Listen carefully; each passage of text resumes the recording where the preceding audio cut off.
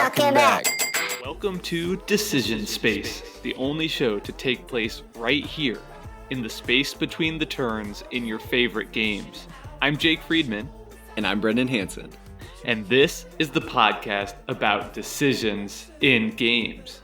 In today's episode, we're going to start out with something a little bit different. We're going to each share one game that we've been playing lately. So Brendan's going to share his thoughts on Palaces of Carrara, and I'm going to be talking about Clover.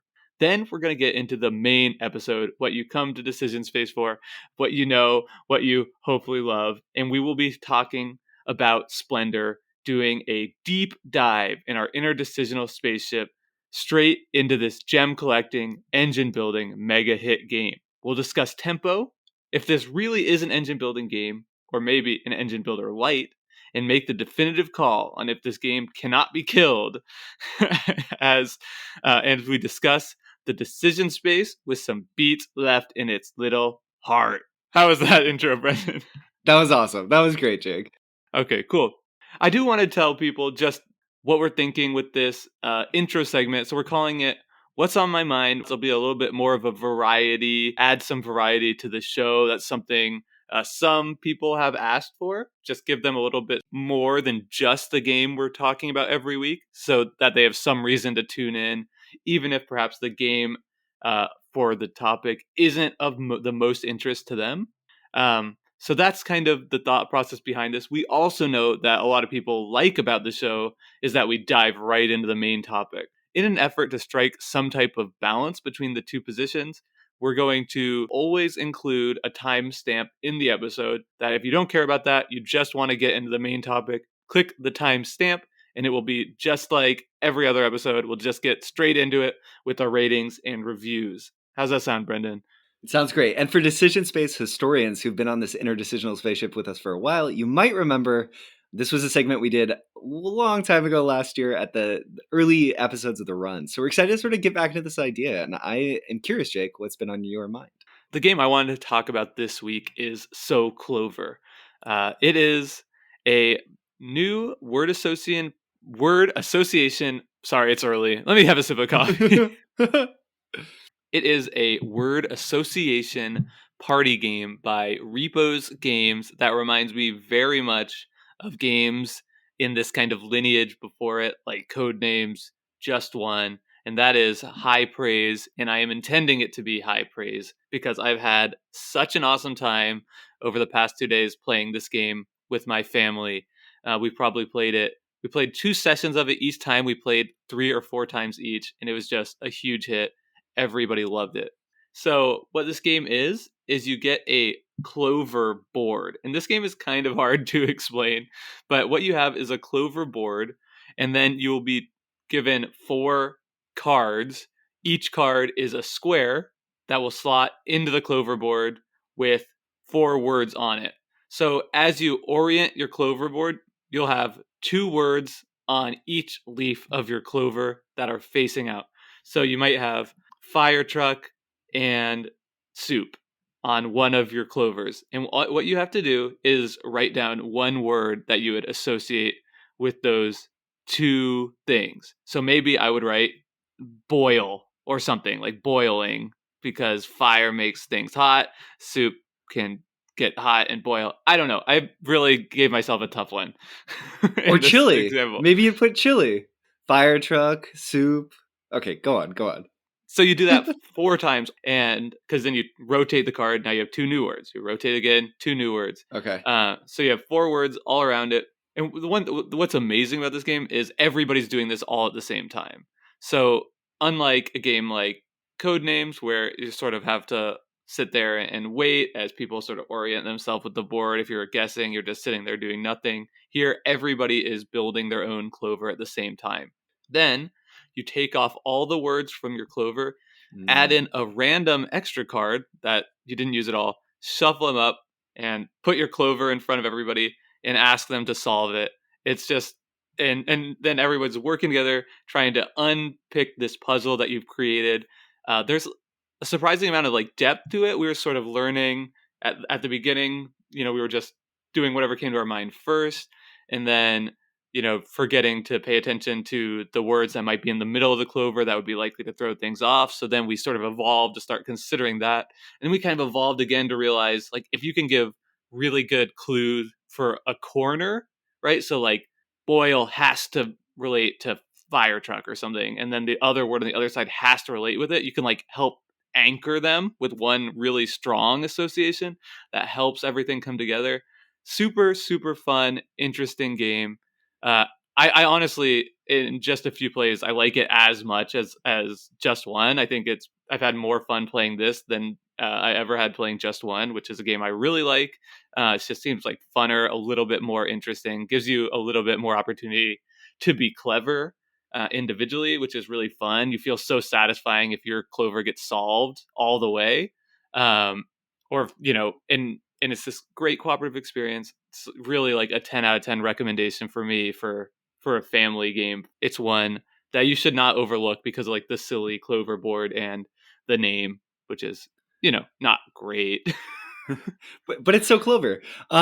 If you when is one play of this game, Jake, everyone does their own Clover. Everyone gets these 4 cards, they slot them in. Then you try to solve everyone at the table's board, and that's the play of the game. Right. And like the way you would award points is just if you get all 4 words right or cards in the right orientation on the first try, you get 1 point for each plus 2 points for doing on the first try. If you get it wrong, the person who's spectating would just remove the cards that are not right and you get another chance. And then you just get points equal to the number you get right. And you're just competing with yourself. The game doesn't even give you any like milestones to achieve. So we played it with 5 people. So yeah, that seemed like perfect. So when I say we played 3 sessions of it, that's like 15 Clovers that we were creating and solving. And it just like did not get old. It was hilarious time and again. It sounds great. I'll give you one example. Well, 2. So my dad, the genius madman that he is, when he was playing this game, his first Clover clue came out. He's like, all right, here, you guys solve this. And he had the word shot. And next to that, shots. What was it? It was like, oh, gee, thanks. It was something like there was like pistol that was shot. And then there was like jelly that was like shots. Clever. Huh. And then That's last awesome. night we were playing, and I put the word showstopper for the clue giant and dessert because I'm such like a great British Bake Off fan. Yeah. And I knew my wife would like know that for sure. The only issue was the word was desert, not dessert. Oh, no! But my wife knows me so well. She's like, no, I know that Jake read this. There's no way he would put showstopper for anything other than giant dessert. He must have misread this clue, and they got it right. Amazing. And they got it right. That's incredible, Jake. Oh my gosh. Now, see, that's why these games just pop, and it's amazing to me. I knew that you had been really enjoying this game. You've been talking about it in our Discord, and it's awesome hearing that you like it even more than Just One, a game that I've heard you extol the virtues of in the past. So I think this is one I'm going to have to track down the next time that I have the chance of being together with like 3 or more people, which who knows when that will be. But yeah, that's awesome. I'm so glad you enjoyed So Clover. It was a great time. Highly recommend. Let's hear a little bit about Palaces of Carrara. Okay, so Palaces of Carrara is a Kramer and Kiesling design that is currently on GameFound, a new version of the game that changes the rules a little bit, but I think tries to take this classic Euro game that came out in 2012 and just bring it back into circulation. It was originally published and then went out of print. You don't have to say it was originally published, Brendan. Everyone knows it was originally published at one point. But so it went out of print and kind of, I think, became a Grail game for some people. It is very expensive on the secondary market. So Jake and I wanted to check it out just to see what it was like. Very strong design pedigree coming from Wolfgang Kramer and Michael Kiesling, and we like Euro games. We like sort of, I don't know. We were curious. We like board games. We like board games. Why not take a look? So the Palaces of Carrara, in it, you're buying marble, which is represented by cubes of 5 different colors. And you're using them to build different tiles in these 5 different cities that have a matching color to them on the board. So, for example, and they range from the least expensive to the most expensive. And I won't teach you the whole game, but just to give you a sense, right? If you buy and build building tiles in the black city, which is the cheapest one, when you score that city, you'll just get 1 gold back. So it's not that rewarding. And at the most, on the very left is the white city, and I wish I remembered its name. But when you score this city, you will get 3 victory points for every tile value that you have there. So if you use 3 white stone cubes to build a 3 in that city, and then you score it, you'll get 9 victory points because it's the 3 on the tile times the 3 victory points in the city. So this all comes together. That's kind of a cool little scoring mechanic. There's a bunch of other objectives that roll the game in, but the real centerpiece of this game is this costing wheel, where every turn there's going to be 11 cubes somewhere on this wheel. And the wheel is split into segments. So on your turn, you'll turn the wheel, and that will reduce the cost of every single cube value by 1. So in the first one, the white cubes cost 5, the yellow cubes, which are next, cost 4. Then green and red and blue and black. Oh no, there's 6, not 5. But sort of they reduce, and as they spin along this wheel, they get cheaper and cheaper. So the game is really trying to suss out: am I paying the right amount to take these cubes? Can I afford to wait a little bit longer? Hopefully the wheel turns and they get cheaper, and now's the right time to strike. Which colors am I focusing on as I try to build up these different cities? A kicker to this, though, is that only one player at the table can ever score any one city. So you want to be the first to score a city that you really invest building a lot of tiles into, but you also want to make sure that you build enough tiles up. So it has that really good classic Euro tension of being an unsolvable puzzle. Of I want to make sure I have 4 tiles, 5 tiles in the city before I score it. But if I wait to do that, someone else is just going to score it and block me. You're not completely blocked in those cases because you can still score tile types. The tiles are all different buildings. So there's like libraries and schools. So you may also choose to score libraries. And if you do that, you'll activate every library tile regardless of the city that it's in. There's some shared endgame scoring objectives that automatically trigger at the end, but you also have a limited amount of times that you can score during the game itself. So you're trying to take as much advantage of scoring as you go throughout it too. So it's a really delicious sort of classic bland Euro with I think a really novel wheel mechanism that I've been enjoying this game. The first time we played this jig, it felt very opaque, sort of almost ungrokkable in its design. And the more I've played it, the more I've come to get a feel of, okay, what's the given economy of this specific game, this table, how the blocks are coming out. And I've had a lot of fun with it. I know we've been playing it together. What are your thoughts on the Palaces of Carrara? Yeah, I think it's a great game. And one thing I should point out, a little bit sad, it's 2 days left to fund. So by the time people hear this episode, if they were like, "Oh, that sounds perfect for me," yeah, you probably have missed the boat on it. But that's okay because it has a great implementation on Board Game Arena, where we've been playing a lot and would love to continue to play with y'all if you want to get in on a game. I have been really enjoying it, and I think you're exactly right. The puzzle feels opaque at first, but after you play a game or two, it really just melts away and turns into a game that is a very interactive affair, a game where you have really big tempo considerations, as you point out, because only one person's scoring that city, but it creates this really crazy dynamic where if you have achieved the number of buildings in that city that allows you to score it, other people might stop building into that city, so you can keep doing it and like get more and more there before you score it. So it's just like tons of really interesting interactions going on in this game, which I think makes it really strong. I think it's definitely one I'd be interested in covering on this show at a later point. So I have good things to say about it. Good impressions from me.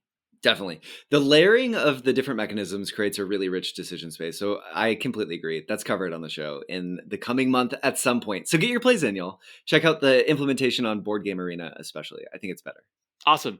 Well, let's jump into the main part of this episode, the deep dive review of Splendor, starting with our ratings and synopsis / slogans of the game. Brendan, I'll let you go first. Okay. It's deflating to return to a piece of media, a book or a movie, or especially a game you once greatly admired, to only discover it tarnished by time and no longer the wonderful thing you once thought it to be. So, I'm incredibly relieved to report that Splendor still slaps. 8 out of 10, the decision space delivers compelling paths and tastefully tactile choices through and through, play after play. What a gem. You had me going in the first half. I'm not gonna lie. Let's go. It's a good thing too. What's a good thing? Your rating for this, because otherwise this might be a bit of a downer episode because I do not feel the same way. I would say there are a lot of things I admire about Splendor that we will get into the episode. It is, an incredibly simple design. It does offer challenging decisions, but at the end of the day, I just it's hard. I mean, we'll get into it, but like I feel like the decisions there are not ones that are really interesting and exciting to me. When I first started out in the board game hobby, Splendor was a game that I purchased. It's one that is recommended a lot, and I did have fun exploring it then. But I quickly moved on, and coming back to it, I just didn't find a lot there for me. In fact, oh man, this is gonna be rough, Brendan. But I would say that of all the games we've played, I would much rather play Kingdom Builder than this. So, Okay. because of this box I've put myself in, I think I have to put Splendor at a 3.5 out of 10. 3.5? Yeah. 3.5? Oh Well, my I gave gosh. Kingdom Builder a 4. Well, you should have done that. Oh my gosh. This is grand larceny. Okay, first of all, Kingdom Builder should at least be a 6 for you. There's no way. Okay, but rating semantics aside, I am shocked. That's very interesting. Okay, I'm really excited to get into the actual discussion. Can we do the game background really quickly so Yeah. we can start discussing it? Let's do Okay. the game background. Splendor is designed by Marc Andre, who also designed Majesty for the Realm. Have you ever played Majesty for the Realm? I have not played Majesty for the Realm. Okay, I haven't even heard of it until now.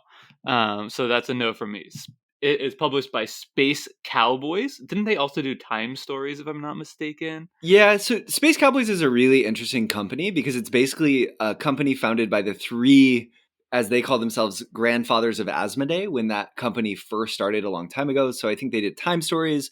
They currently publish or have once published Dry Purr, Sherlock Holmes Consulting Detectives. There's a lot of really classic games that have been under the Space Cowboys umbrella just because of who sort of started this company. And I think for me, Splendor was the first game where I was like, oh, this is a publisher that their games are everywhere.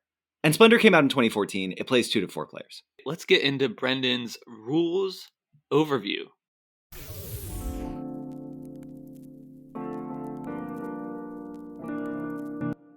Splendor is a resource collection engine building light race game.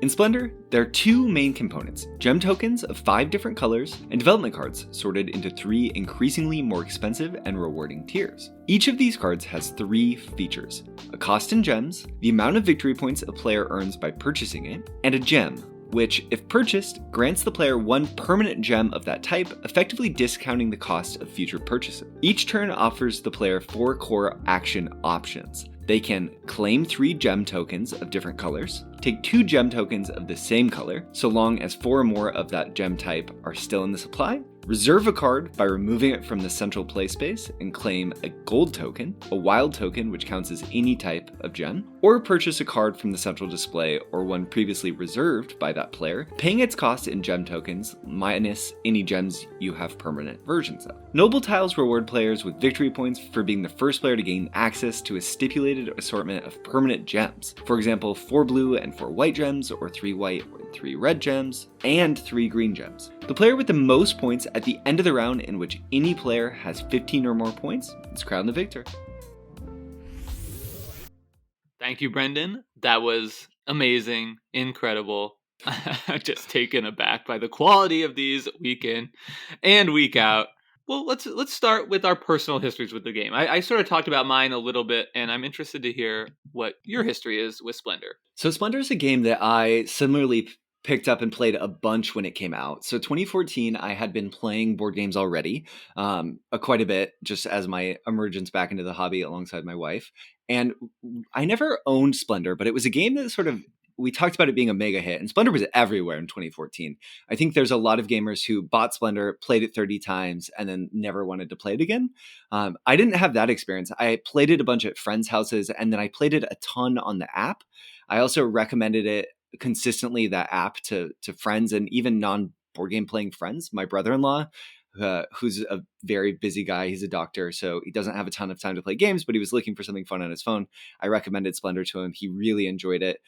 So I think it's important to contextualize for this episode Splendor as being this sort of crossover hit in a way that I think it's interesting you brought up Clover and Codenames.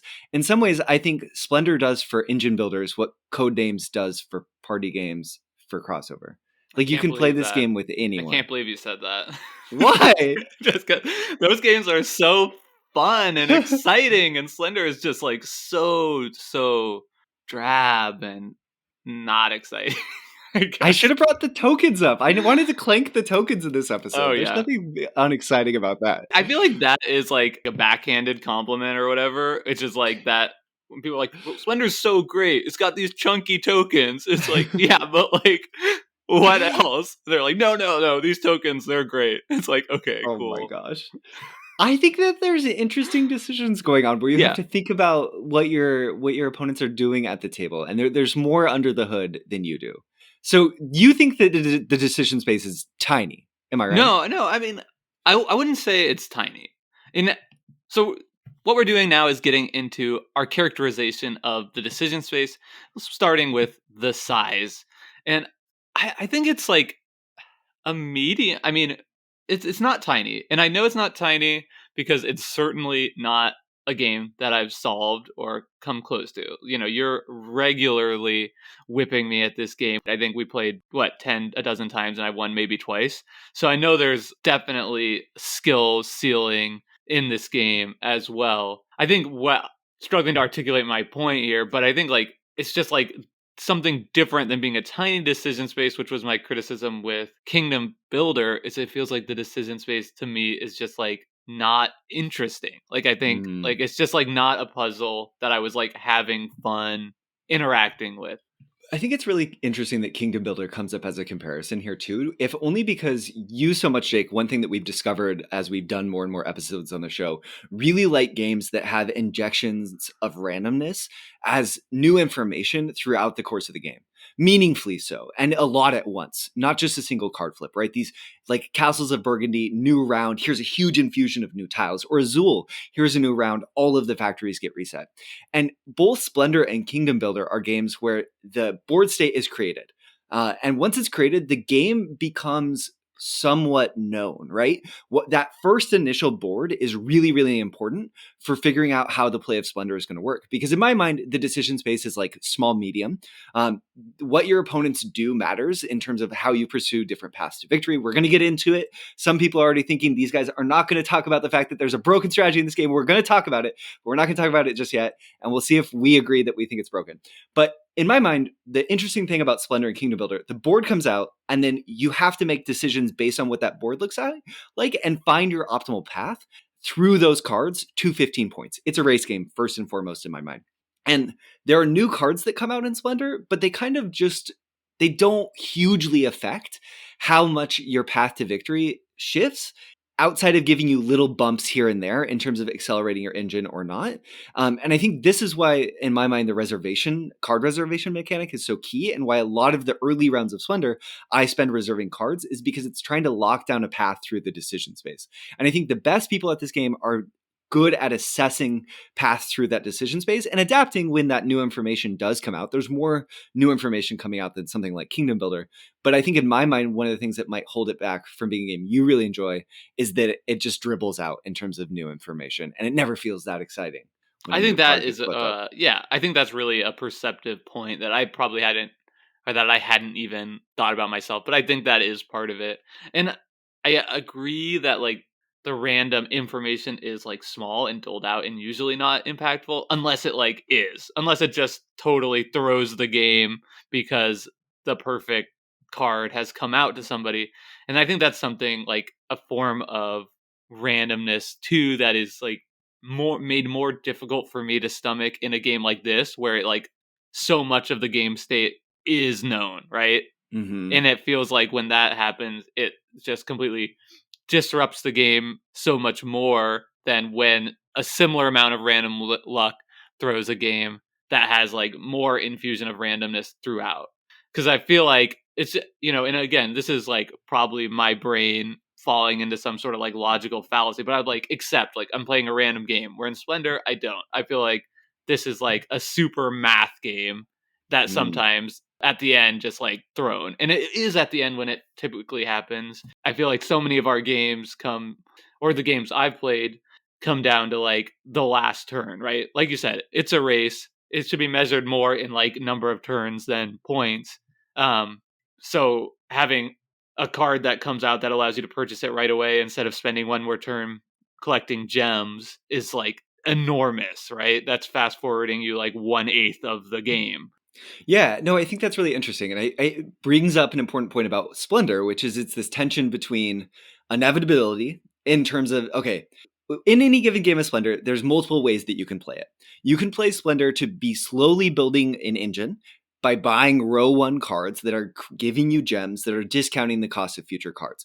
The goal of that strategy is to make the game last as long as possible so that you can start gobbling up more expensive stuff for cheap and buying free cards, get your engine online. And I think when you do that, it gives you this inevitability on the table, aided by those noble tokens that really exist to help make that strategy viable, right? Because it's giving you free points if you can last long enough to get these sets of gems collected that just give you, okay, here's 3 points for getting to this milestone, versus people who are racing by buying tier 2 and tier 3 tiles, reserving a path through those and trying to just get points without focusing as much on the engine. Maybe they'll buy 1 or 2 cards and then really hone in on 2 or 3 colors to force through. So I think partially what I like about Splendor is the tension at the table between those different paths to victory and the inevitability, like you're talking about. Eventually the game will end because eventually all cards will be free and eventually people will score.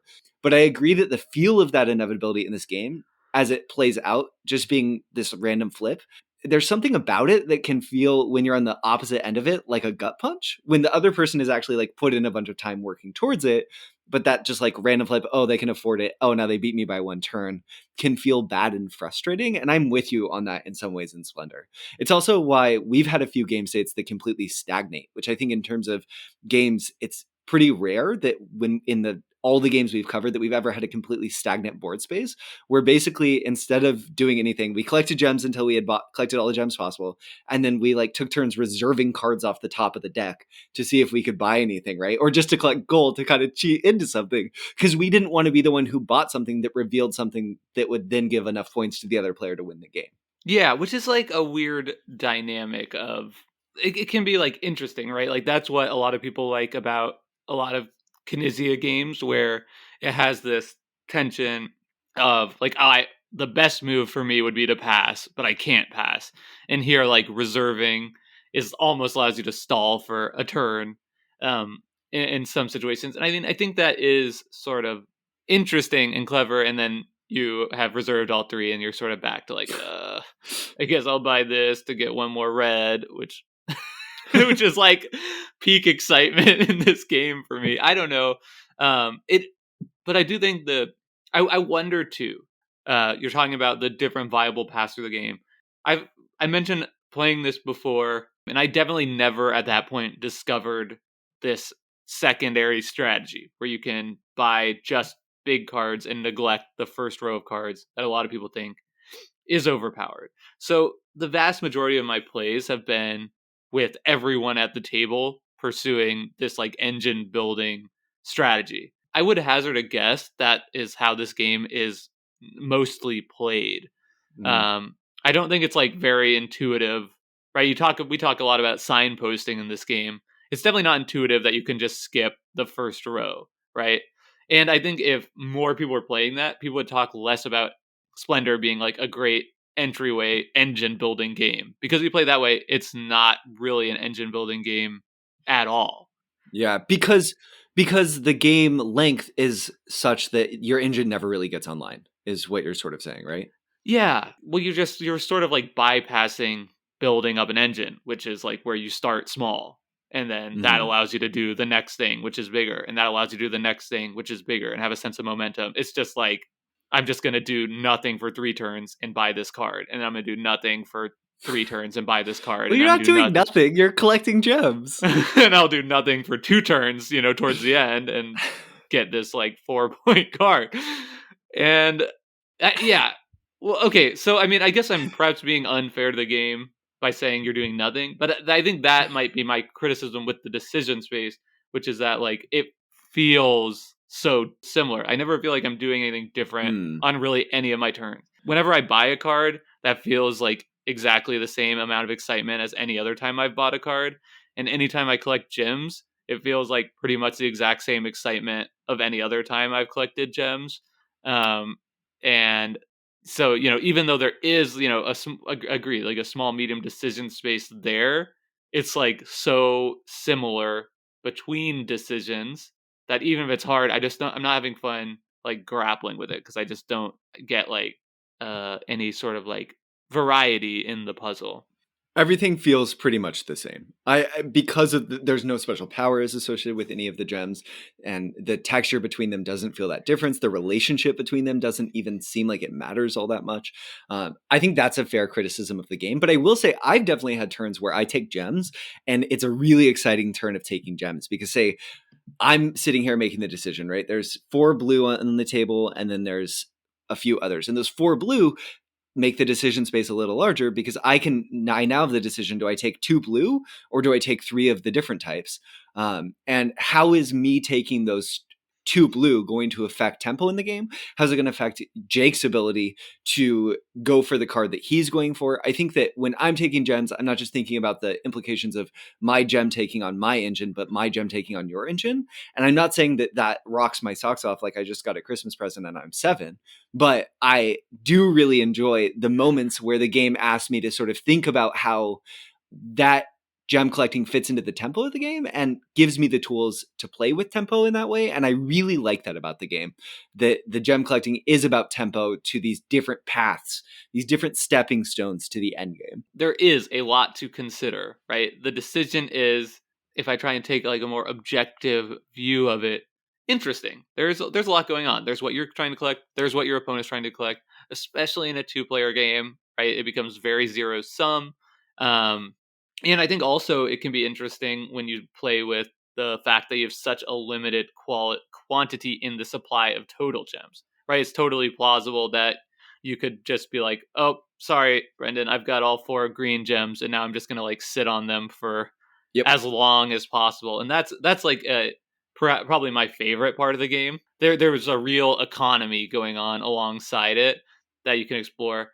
Though ultimately, I feel like often it's not as impactful as I'd want it to be, because to hold those gems back, it means like I'm forced into playing less efficiently because I'm not able to take turns collecting 3 gems as often because I have a limited supply.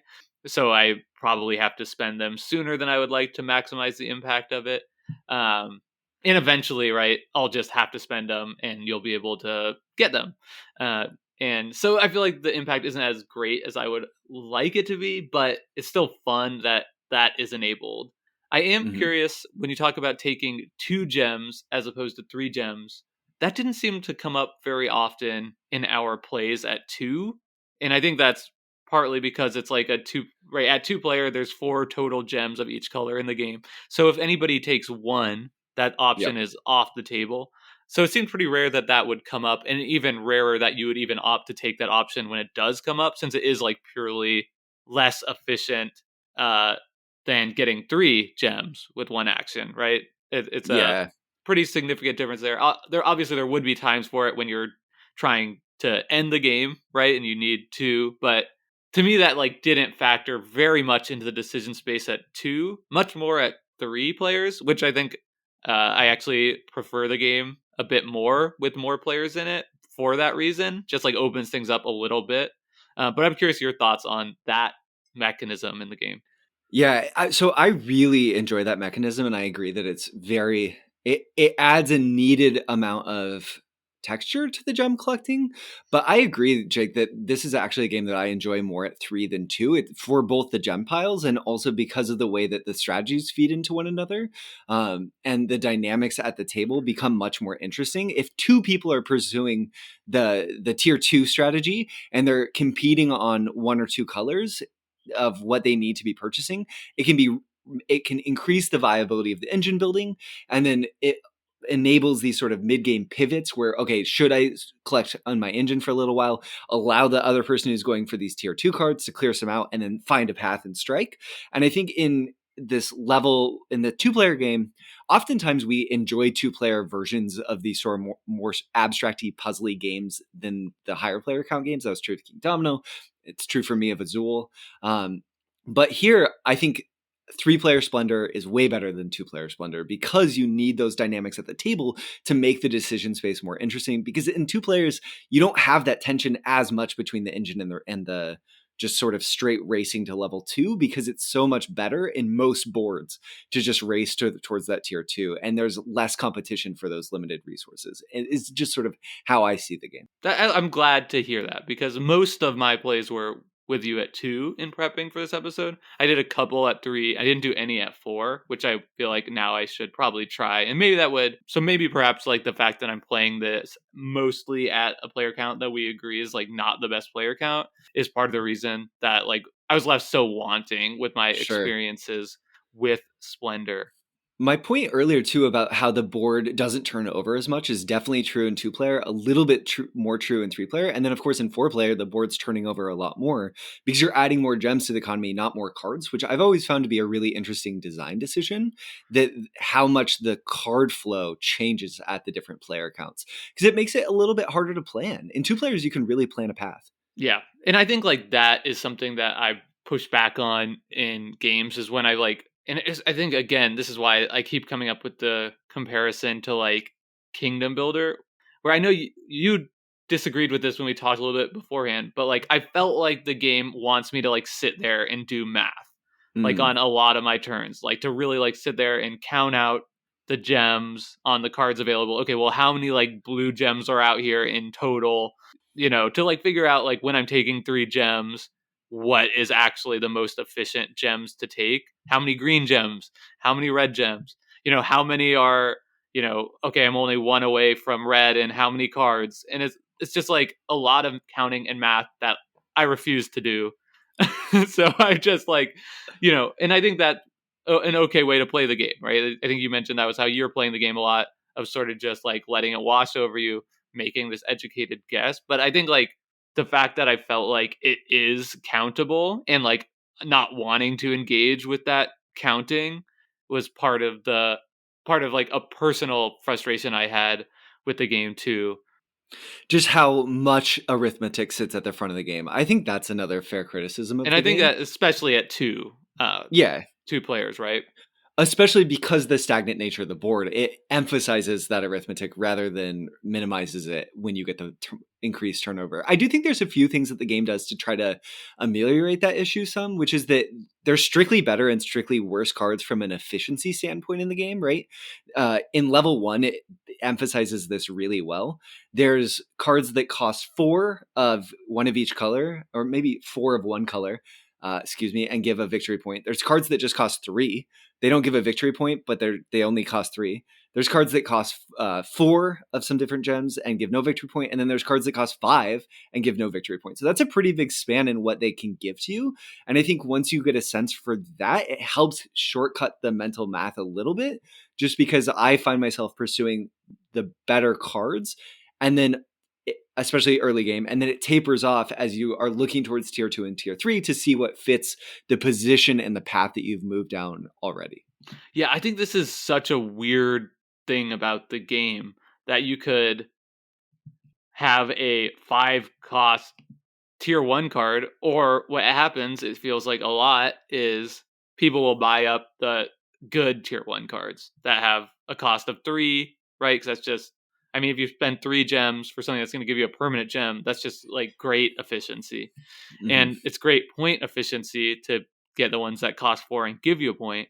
So you end up with a game state that has 5 cost tier 1 cards that give you no benefit, and then you look up and you're getting 3 or 2 points for cards that cost the same amount of gems or 1 more gem. And it's just like, I think that also like leads to like the stagnant. It's like nobody wants to buy these tier 1 cards anymore. So I don't know. I mean, I think that's like just a weird thing about the game. And I think a big part of that too is that the game is trying to make every play of the game feel a little bit different in terms of what the best strategy might be at the table, right? Because if these really efficient tier 1 cards keep coming out, then the engine building is going to be emphasized because the engines are going to come online earlier in the game. Getting to the noble tiles is going to be cheaper than if all of these 5-cost cards flip into the tier 1 at the start and it's like, oh, it's going to be a slog. We'll just skip tier 1 and go to tier 2. And I think that's a design decision that I enjoy because it means the puzzle of the game, the game itself is partially a puzzle figuring out the path through these cards. But I also could see how that's could for someone else be something you totally bounce off of, where it's like, oh, this sucks. This is just a really stale play of this game because now we can't even use tier 1. The game's barely working. There's this whole system that like isn't working, and I kind of see where they're coming from, even though I have fun with the puzzle of finding my path in any given board state. Yeah. I think it's a little bit, it's just weird, right? I don't know if it's even something that I strongly bounced off of about it, but it's weird when you're like, especially when you think about showing this game to new people. A lot of brand new gamers are experiencing Splendor, and you have like this game say, we're like, okay, we have these 3 tiers of cards, and then like the optimal path through the game is just like ignore 1/3 of it. It's just like a strange thing. But I do totally see your point that from like a variability perspective, less so from turn to turn, but like from game to game, it definitely does add something there. I wanted to ask, what do you think the type of decision space is in Splendor? That's a really interesting question. I want to make one more point to what you just said, and then I want to Okay, answer that question. Is that okay? Just perfect. really quickly.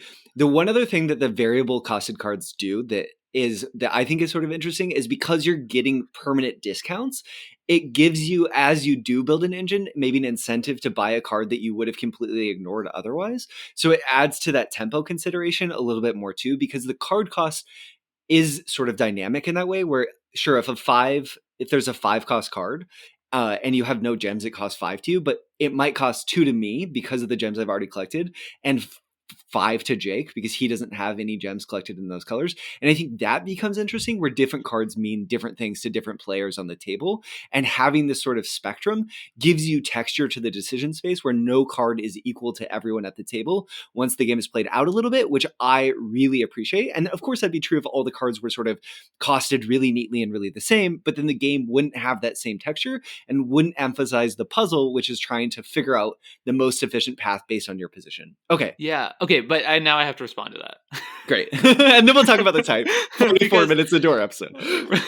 because I think yes, you're right in that every card has a different cost to every player, but the efficiency of those cards is still the same across the table, right?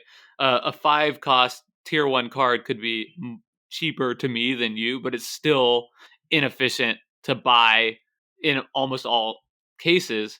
The thing that would change that is if the tier 1 engine building strategy was more of a focal point, because when you get to a situation where everybody is going for the tier 2 strategy or prioritizing that strategy, then you get less discounts overall and less stratification in the cards, and that creates this game state which I think we kind of experienced a lot, especially in 2 players where everybody's kind of evaluating the same cards Mm, similarly.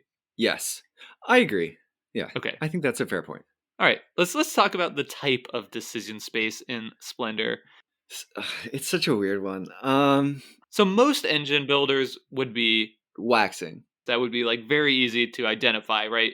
You're building up your engine and that allows you to do more. More things. Yep. But in Splendor, you don't do more. You never do more. You always do the same. But sometimes you do free, which feels. No, you're right. Okay. How do you characterize the types? Do you think it's static? I think it's incredibly static, and I think yeah, that would be, it's never going to be perfect. Obviously, like on the first turn of the game, like you can't buy gems, you can't buy cards at all. So in that like very strict sense, you do have a waxing decision space from turn 1 to the last turn of the game. But I think like when you think about like the actual decisions you're making, it's like take gems, buy card, take gems or buy card, and that's like the decision you're confronted with on every single turn. And reserve. You could also reserve cards. The most important decision in the game. I think that the decision space, we've always talked about how our ever since that very first episode on types of decision spaces, where we talk about our sort of categories of waxing, waning, dynamic, and static decisions. We've talked about how they're spectrums and nothing falls neatly into one. And I do think Splendor is a weird case of being a sort of a static decision structure with a dynamic decision space. In terms of, because of the way that the cards are shifting and the input of what your opponents are doing matters. But it's probably, I agree, it leans more static than it does dynamic. But I only say dynamic because of the way that your agency builds as you collect gems and then reduces a little bit and then builds again and then reduces a little bit, or the way in which you can reserve cards and then you can't reserve cards at all because you got your limit of 3. The reservation mechanism is most certainly the most dynamic aspect of the game, right? That's like the biggest decision points in the game. I think I agree, because that's when you're like calling your shot. You're like, I Yep. will buy this card, or nothing out here is worth pursuing, so I'm just going to reserve the random card. And in a sense, that's also calling a shot in a different way. So I think we should spend a little bit of time sort of discussing the reservation mechanic, and also kind of like what that means for the tempo of the game. So I think that this is the most important mechanic in the game of Splendor. I think that this mechanic in some ways saves the game and creates a far more interesting decision space than would exist otherwise, because it allows you, one, it creates the ability to not have people just undercut you on certain cards. If you're willing to spend a turn to collect a card and 1 gold, which is really valuable, you can guarantee that you will always have the ability to pay for that card. So you can lock in plans, but it also can be used flexibly to disrupt the plans of your opponent, right? If it's mid game and I see you going for one of these more expensive tier 2 or tier 3 cards, and you've really over invested in a certain set of gems, maybe the card in tier 2 that costs 5 green, and I see you already have 4 green and you didn't have very many green in your engine, there's not a lot of other green on the table. Oh, let me just reserve that 5 green card from you and make you waste a bunch of your time. I gain tempo there because I'm gaining gold that I can use to spend on other things, and I'm forcing you. I'm essentially making your previous turns you spent collecting those gems wasted. And I think knowing when to do that aggressively versus defensively, and why you're doing it, is the game of Splendor in some ways. For me, that's the fun of the decision space. That was something I missed when I first explored this decision space. I want to give credit to Splendor because there is a lot to figure out that I missed until exploring this game with you and talking with people about the game in our Discord, which is, I think, a pretty big accomplishment for a game that is on its face so simple, that there is a lot to like figure out and solve. It's really a tough nut to crack, more so I think than even some of the other games that we played that I enjoyed quite a bit more. And I think the reservation mechanic is one that I definitely didn't realize how valuable it was early on. And I think part of that is like my first lens that I always come to games with is like, just play it efficiently. So when you think about like, I could take 3 gems, or I could take 2 gems, or I can take 1 gem. I was just wanting to take 3 gems in almost all cases, because that like struck me as so much more efficient, but I wasn't winning games doing that, which I think speaks to the value of especially the reservation, and it speaks to like how important tempo is in the game, because it's not just getting 1 gem at the expense of 3, it's getting 1 gem, guaranteeing yourself some portion of your path through the game that's going to be a much quicker path through the game than if that card is taken by someone else. Or, right, like you point out, it can be a great way to set your opponent back a turn or more if they've wasted multiple turns collecting that. And then lastly, about reservation that I miss is like 1 gold is not 1 gem. It's Yep. probably closer to like 2 gems in value, just because that, and again, this goes to tempo, that flexibility enabling you to continue to progress with your path by keeping you open in multiple directions, can absolutely save you time, versus if you have 3 different gems or 2 different gems but neither line up perfectly to take a card that is going to give you points or progress you to victory. That means it's actually setting you a whole entire turn back, which is certainly worth more than a couple of gems. I think that this is why the arithmetic and the counting problem for me doesn't factor in as much is because yes, the cards being different values gives you some degree of not having to care as much because of what you're saying, Jake. The value of certain things is variable within the game. And I think the gold is such a good example. And I say this if only because of the game is about tempo. The value is set. Like you said earlier, we made this point already. A 5-cost card is always a 5-cost card in terms of the sheer efficiency of it. But because the game is about overlaying different cards and trying to maximize the efficiency of any one turn, and across multiple turns, right? It's not having the most discretely efficient turn. It's about how can I make these next 3 turns the most efficient possible, and how can those next 3 turns play into how efficient my next 3 turns after that and my 3 turns after that are going to be in terms of not having any waste in my actions, right? The dream way of winning Splendor is you get to 15 points, you dust your opponents, you have no gems left over, and you have no reserved cards left. You've reserved cards, you've spent gold, you've spent all your gems, and you've won the game perfectly efficiently. And that's actually much more difficult to do than it seems in terms of having waste. And I think that part of the puzzle is really fun too. One decision that can be really tough for me is in terms of, and I haven't seen this in when we've played, Jake, is I really like reserving cards, but I hugely value having the gold available to push higher. And I don't like spending it because I like staying flexible, right? But I give up a huge opportunity cost, which is that the gold allows you to push to the cards that have a concentration of a single color earlier, right? You can get to where you buy one of those tier 2 cards that cost 5 of a color, maybe 1 or 2 turns faster, then you have that discount for 1 or 2 more turns over the game. And it's, for me, the decision of, okay, is now the time that I spend this gold, which is a really limited resource, to try to push higher because of the limited economy of gems in specific colors, or do I hold it and wait just a little longer and stay flexible? I think that decision is so fun. And there's not a lot of feedback. And that's partially what I think can make people say this game is too frustrating, is the game doesn't generally jump out and say, oh, that one decision you made on turn 7, spending your gold then was the right decision, because it's quiet about it. And that's why I've appreciated it the more I've played it. Great point. That is definitely an interesting decision. One that, now that I've been playing it with, prioritizing the reservation action, is something I'm just like now starting to confront. I think the game we have live now, I've got like 3 gold, and I'm like, because I've like reserved cards that I can't buy because the decision space was so static. It's like, okay, well, what do I do with these? I don't want to like waste them to buy like a crappy tier 1 card, but I might have to because my opponents are smart and making this difficult. But that 3 gold is so powerful too, right? Because it acts as a shield from me knowing what you could do, what your paths might be. Yeah. Because so much of the game is about me sort of exploiting the direction that you've gone, because I can look at the gems that you have and say, okay, Jake is going after this card or this card or this card. And when you have those 3 gold, it adds all of this fuzziness where it's like, I have no idea what Jake's going to do, because he could do any number of these things. And the answer might be, you know exactly what you're going to do because you're saving that gold. I don't know. I just love that. I love the fuzziness that adds. Yeah, and that also speaks to the value of reserving a hidden card, because especially when you take a tier 1 or sorry, a tier 2 or potentially a tier 3 hit card from the top of the deck and just hide it, that gives you like, again, a huge shield, as opposed to your opponent just knows like, okay, all right, no, Brendan's obviously going for 5 white gems because he has the card that costs 5 white gems. So now I can slow him down by taking white gems, or maybe even buying a card that gives that bonus.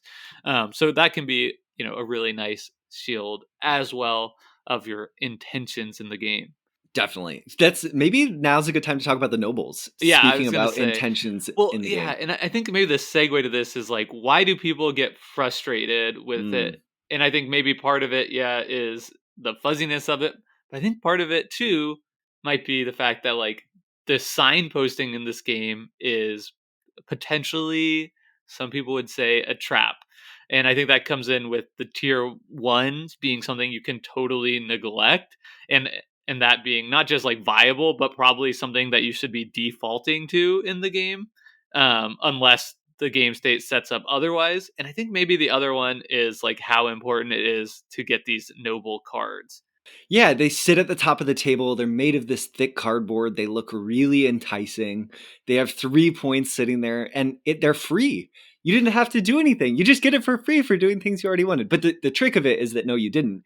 You spent a lot of effort exerting time and efficiency opportunity into pursuing maybe things you didn't even need based on the board state that's already there. And I think for me, they exist in the design to help ground you in your decisions from the first turn, right? If you've never played Splendor before, you sit down and you say, oh, all 3 of these nobles have red in them. I will collect red gems because I can't be doing anything that wrong if I build up a red gem engine. And you're kind of right. But to a more experienced player, they're going to find a path around you that they're going to beat you if you spend too much effort going for those and other people are also going for them. So in my mind, they add this important tension. And they're good until they're bad unless everyone's trying to do a strategy that doesn't consider them at all, and then they might become a little bit more relevant. So they're like a trap signpost. They're signposts pointing off a cliff. And again, like when I first played this game and you play that engine building strategy, they become very relevant, right? Because you're getting so many cards. And the only way to get enough points to that is like to collect one or more of these noble cards. I think that is, part of the thing that like fuels this belief that this is like this engine building game and it pays off with these noble cards. When in reality, that's just like not the best strategy in the game. I think it's weird. It's a weird one to me, Brendan, and it reminds me of our discussion a little bit about Res Arcana, where you sort of are presented with this like puzzle where it's like I don't have very much resources at the start, and then you realize, wait, you can just like discard all your card for resources in the first turn of the game and buy one of these places of power that almost like assures your victory in like 4 turns.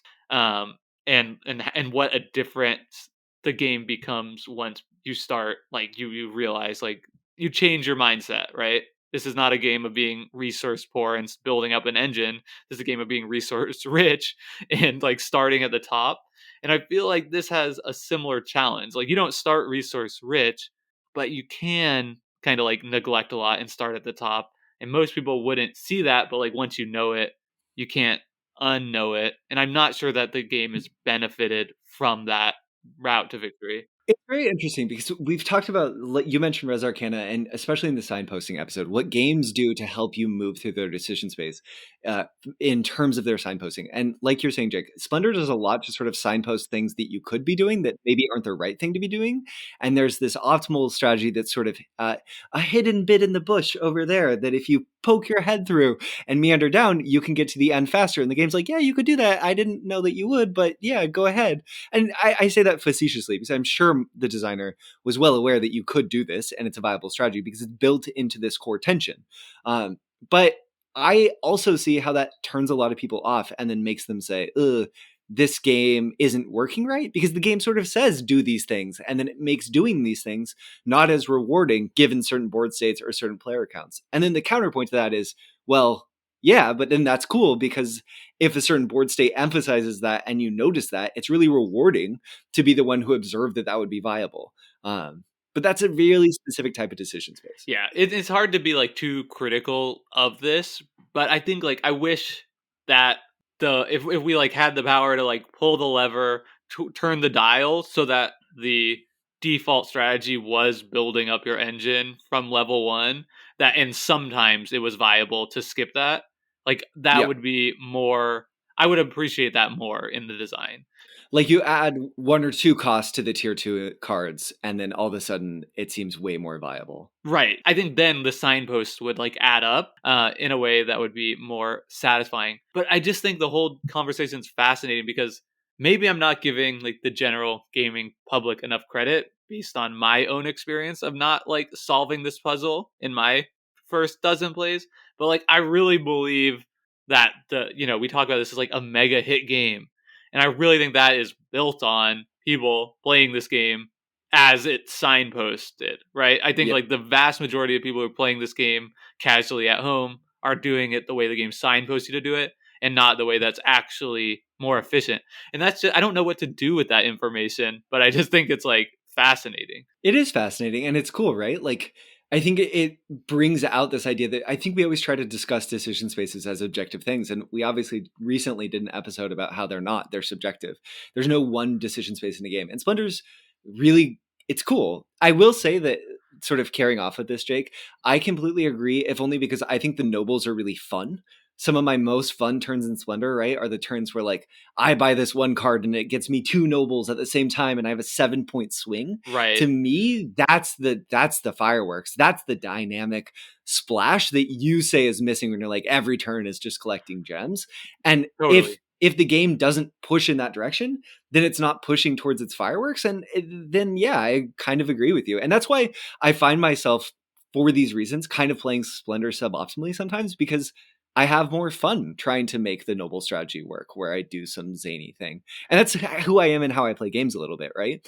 But it's also, I like those turns. I like, give me my 3 points for making this noble happy. It's so fun. Right, yeah. That's definitely the jackpot moment of the game, right? If you buy a Yeah. tier 3 card that gives you a noble. And the other interesting thing they'll say is like the nobles aren't worthless. Still feel like in most of our games and our 3-player games too, like a noble, like a single noble is like often part of that recipe towards victory. And maybe that means like we're not doing the tier 2 strategy well enough yet, but it seems like it's still possible to do that tier 2 strategy and still path it out in a way that at the very end you're becoming eligible for a noble, and that, when all syncing together, that could be the most efficient possible path through if your opponents like enable it. Yep, definitely. Also, thank you for correcting that. You can only claim 1 noble tile a turn. But so I would, yeah, if you buy a tier 3 that gets you a noble, you can get huge splash points, but you can't get 2 in 1 turn. Yeah. I think maybe we can pivot to that question then, Jake, of if how the game is presenting itself as engine building, using the language of engine building, but maybe not being. Is this like an engine building light game, right? Like, because when we say this, the reason why we're saying this, for the people who are like, what the heck, guys, this is an engine building game. I think that maybe Splendor's an engine building game some percentage of the time, right? But it's not an engine building game in terms of you're assembling your pieces and running your engine and it's creating an output. So in my mind, it uses the language of engine building or the mechanical language of engine building, I should say, to create these interesting decisions without actually leaning towards an engine building game. It's actually a race game. Yeah, and I think too maybe like this is something that also frustrates me about the game is that and I don't know how much this is like the game doing it versus like the community around the game, the commentary about the game, talking about the game, but like if you come in expecting like an engine building experience, I find like a very unsatisfactory engine building experience here. And I think a big part of that is like in engine building games that I like, you get to build up and become more powerful and do like exciting, cool things. And like in Splendor, that's just not the case. And and I think the biggest part of that isn't that you don't become powerful and can't get free cards at the end that are really impactful. It's that like every single card that you would add to your engine is exactly the same. It just gives you a discount of 1 gem type. And that's just so boring to me in that one element. Like, I don't know. I mean, I don't know what to say other than I'm trying to be like tactful here in my criticism, but I also want to be honest. That's just like, yeah, Yeah. I've heard that in the Marvel reimplementation of this game, some of the cards do give you extra Powers. type of powers and bonuses, and I think like that intrigues me. I'd be interested in playing a game of Slender that you're getting some other types of bonus or like potentially uh changing things in a more fundamental way, but just like every single thing is like a discount of 1. It's like, is that an engine or is that just like it feels like much more, I don't know, like it's just a discount. It's a discount. It's like a sale at the store, and I don't feel like I'm having an engine when I go to the store and they're like, this is a discount of $1. I'm like, okay. Thanks. I'm Yeah. like, thanks, I guess. I do think that oftentimes the games that I feel like over the past however many episodes that we've done that you end up rating lower, Jake, are games where your expectation of the decision space doesn't align. So I do wonder if Splendor had presented itself culturally as this is a puzzle race game where the whole game is being the person who can find the shortest path through the decision space. If all of a sudden you're like, I'm here, I'm ready, I have my mental Roman numerals as I'm tallying these different things, and I love to see the pieces fall into place, or if it would still miss for you because ultimately the decision space just isn't as rewarding or compelling as you wish it was, and maybe the answer is somewhere between those two. Yeah. Yeah, I mean, I don't know. Like, obviously, I don't even need to say this, but it's like it's a 100% a subjective experience, right? And I can't like stop my brain from processing it in one way. And maybe that's based on the fact when we started playing this is a game I had played in the past and already like kind of grown out of favor Mm, for. So then we were like sitting down to play. I'm like, okay, here we go. You know, I'm already like a little bit like I don't think this is a game that's really for me. Whereas if it's a brand new game that I haven't played before, I'm coming in with a much more open mind, and and I think perhaps the expectations of the decision space certainly feeding into that. So there is a lot to admire about Splendor, absolutely, and I don't want my personal subjective rating to put people off from playing it. At the same time, I do want to be honest and in this podcast that when we're talking about our subjective experience of this game, if in the future I go to game day and like who's up for Splendor, I'm not raising my hand. I'd much rather play a very wide variety of other games. Yeah, I think that that's really fair. I think for me, part of the joy of Splendor too is trying to understand why it works as well as it works, despite being as straightforward as it is and as math forward as it is, which is different than it being fun. And I'm fully there that is those are really different things. So I think partially my interest in this game is in it comes from the fact that I love trying to think about the way that tempo impacts the decision space, the way that tempo wins games here and what that means, even though the gameplay itself isn't, the sort of energetic sort of gallop through a decision space that I like from some of the other games in this weight, like Azul that we covered really recently. And I'd probably choose to play Azul over the Splendor most of the times in a day. But if I wanted to talk about tempo, maybe I'd say, hey Jake, let's play Splendor and talk about tempo a little bit more because it doesn't get discussed enough in games. Great. That does it for our discussion of Splendor. Thank you so much for joining us for another episode of Decision Space. As always, you can find us online on Twitter at DecisionSPA. Brendan is at BurnsideBH. I'm at Jake Freed. We have a email for the show, decisionspa@gmail.com. And of course, we are always delighted to hear further discussion about this episode. We'll be continuing this discussion, we should say, in our Discord. You can find the link to join in the show notes. Please give us feedback too on the format. Do you like the what we talk about or not what we talk about? What are we calling it? What's What's on my on our mind? mind? Yeah. Do you like that? Should we keep doing that, or do you prefer the old format where we skip that and just get straight in the game? We would love to hear your feedback on that as well. Any final thoughts, Brendan? I'm really excited for next week's conversation. We're going to talk about games and decision spaces that we're looking forward to exploring in the next few months. And I think it's going to be a really good episode. So I hope you all are excited for it too. And many good games in 2022. Great. Well, let's thank Hembry, as always, for our intro and outro music. Their song Reach Out, and we will see you next week. Have a great rest of your game.